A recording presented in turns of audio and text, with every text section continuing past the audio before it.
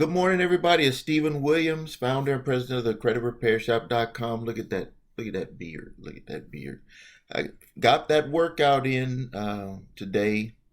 Uh, I must admit my feet were, or my ankle, one of my ankles was hurting. And I think that's because I've been doing too much running on that treadmill. So I'm going to take it a little easy and do some other types of workouts on the elliptical and the bike that I have here at the house. In today's video, I want to talk about the debt relief that's being released into the market. But let me tell you the crazy thing about this. There is no new email that came after me, and that came out to me and other people. I'm not anyone special on the list, but let me tell you what that could potentially mean. It could be good and bad. On the bad side, it's well, I'm gonna tell you the good side. Maybe they don't have any portfolios. Maybe the companies are holding stuff back right now. Sorry about that. My getting a lot of texts from employees. So the good side is that maybe the companies are just holding back. They're not releasing it right now due to what's going on with the COVID-19 national emergency, or what could be happening, which is what I believe is what's happening because I've been in business and I know this business, I know this industry, is that their vendors that buy the debt are like lining up and saying, don't email it out. If you got files coming in, we're just going to buy them up. We're just going to buy them up. Just get them to us because they're selling them at such a low amount. I think there was one here. One of the ones that I mentioned last week had $2.4 million worth of outstanding credit card debt from major banks. They were selling that account for $1,500. $1,500. Let's do the math on that. Let's do the math on it. So we have, let's just round it up, round it to $2.4 million.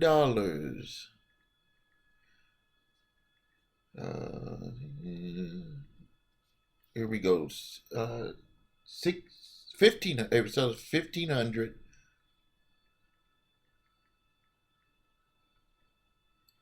It's not even a penny.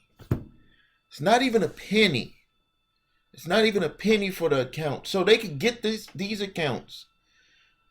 Average account balance was $1,600. They get one person that doesn't know their rights.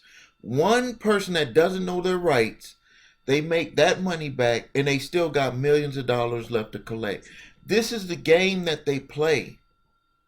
That's why it's very important when you get that letter in the mail is that you don't disregard it, that you respond to that and you do your homework on that letter. You get that letter. You look at your credit reports.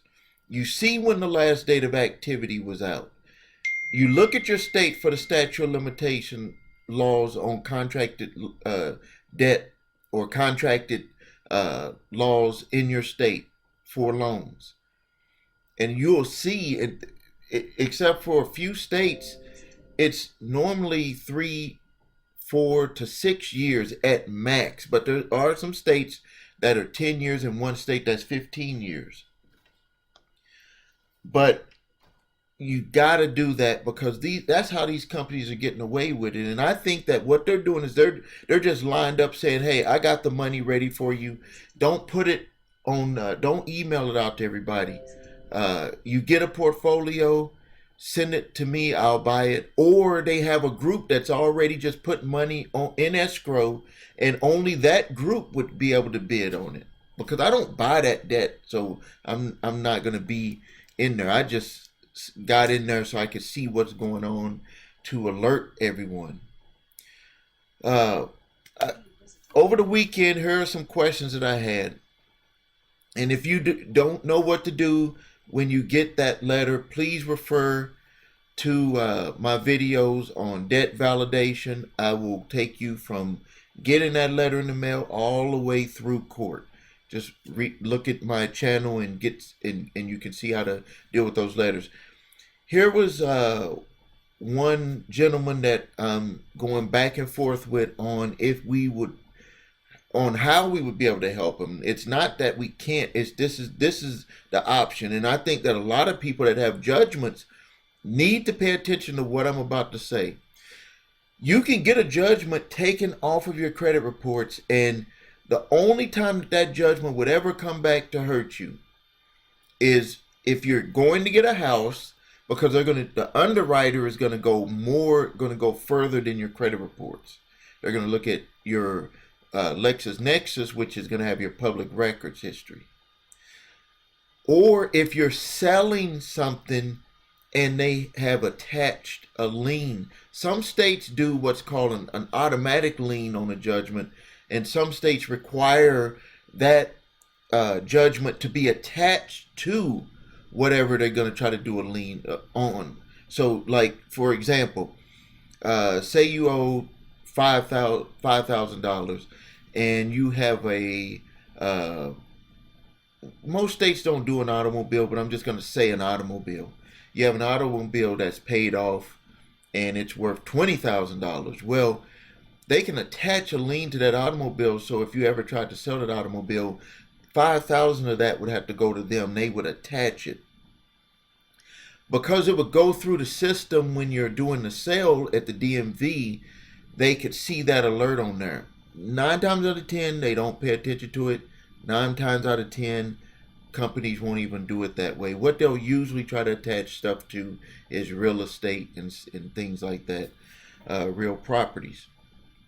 But for this potential client, what I had informed him was, because it was a default judgment, the only option that you would have if you're trying to get rid of the judgment other than paying it at a discount to settle it is to ask the judge to reopen the case and give good enough reasons why at the time you were not able to show up in court.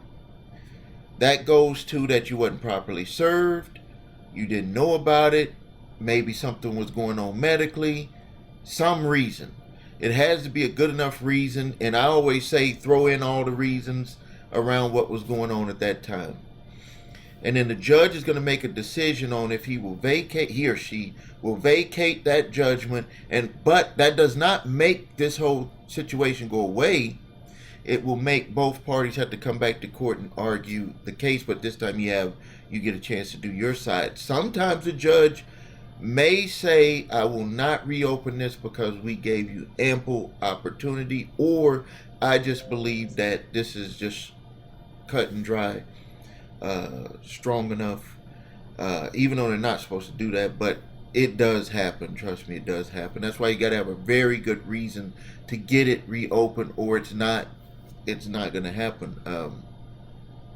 So if it gets reopened, then you have to go back to court and you argue, and then you can go back and if you win or if you lose, or you come up with some type of settlement, which is what the judge will push for before making it a judgment again. Now, the reason why this one attracted me so much was because what had happened was this individual was renting a commercial unit from a slumlord that didn't fix anything, and there was only 2 months left on that lease, and for whatever reason he didn't pay it. The landlord 4 months later sold the property, but he had his attorney put a judgment on that, and then now they're just gone. So I believe that something that could happen potentially is that because it was because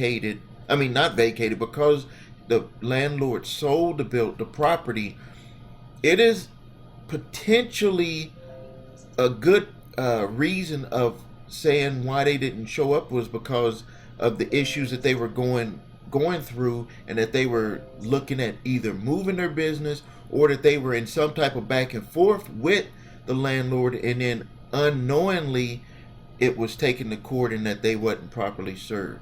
I mean, when it gets to sending in that request to get it vacated, you got to sit down with a client and you got to write down everything and then evaluate it and then get it to the judge with the best foot forward. That's the way that we would do it. Now, let me tell you about my own personal experience. I don't, if you seen one of my videos where I talked about something like this happening to me, on where a judgment could come back to haunt you later, and why you have to be careful on these, is there was a business that I was part of. It was, I think, in the 1990s, and that business, you know, it fell apart.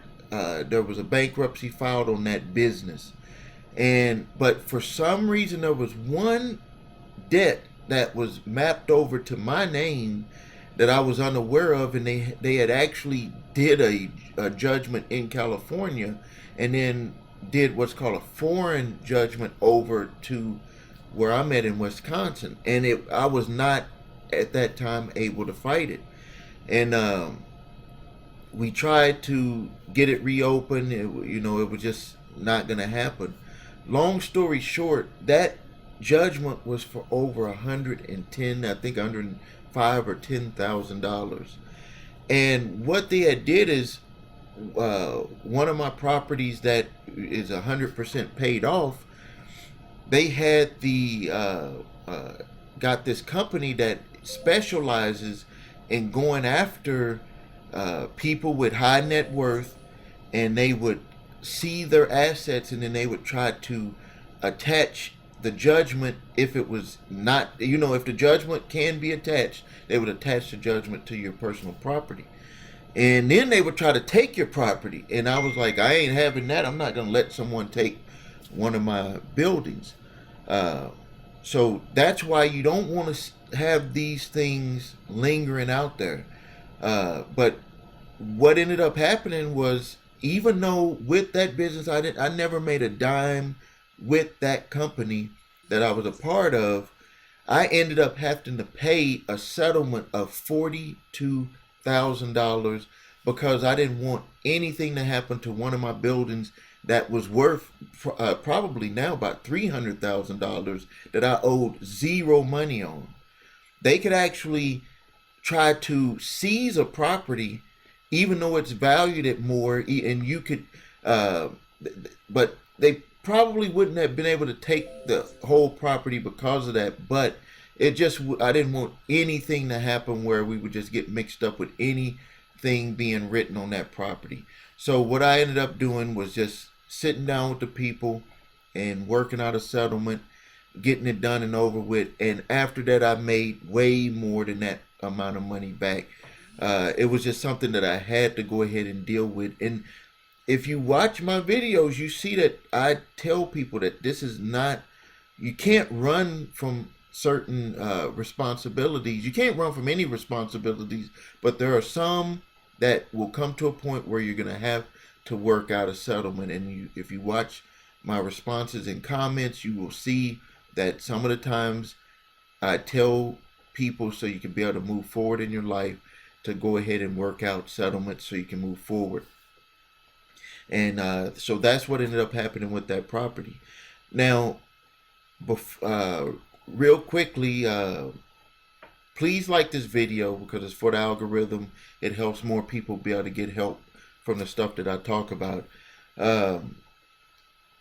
Also, I want to talk about payment deferments.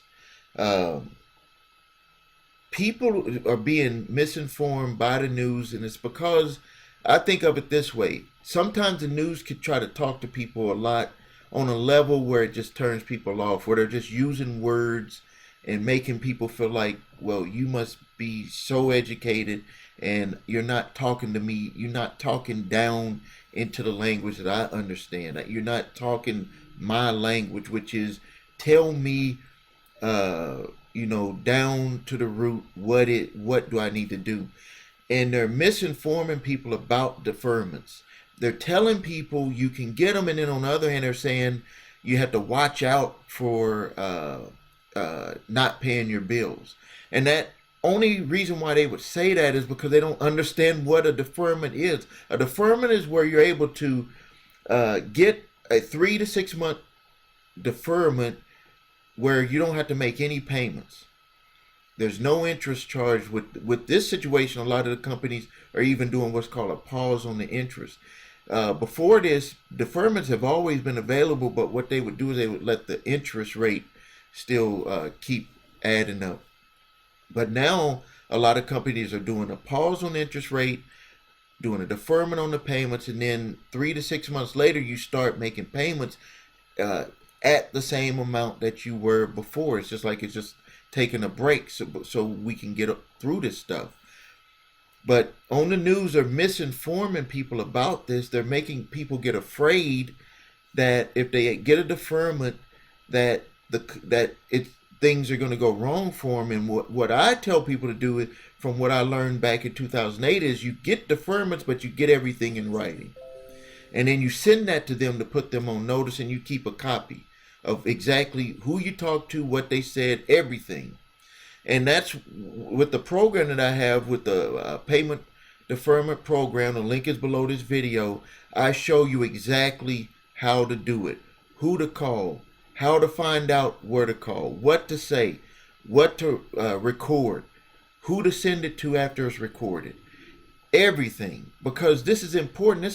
This is a way that you can save money, put aside, make an emergency fund, have more money for your other expenses that you can't get deferred, and then start off fresh once that time period has passed by. So please pay attention and get deferments. Call your companies and see what's available. You don't have to take it. You can just get information and see what's available.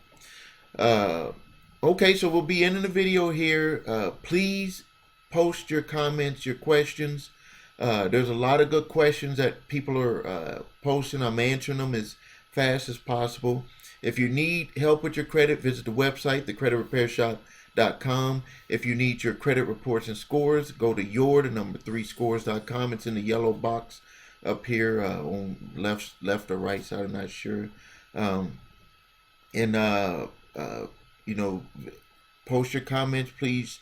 Like the video, please share, please subscribe to the channel too, so we can get more people help with their credit and debt. Thanks a lot, and until next time, this is Stephen Williams, founder and president of thecreditrepairshop.com. Thank you.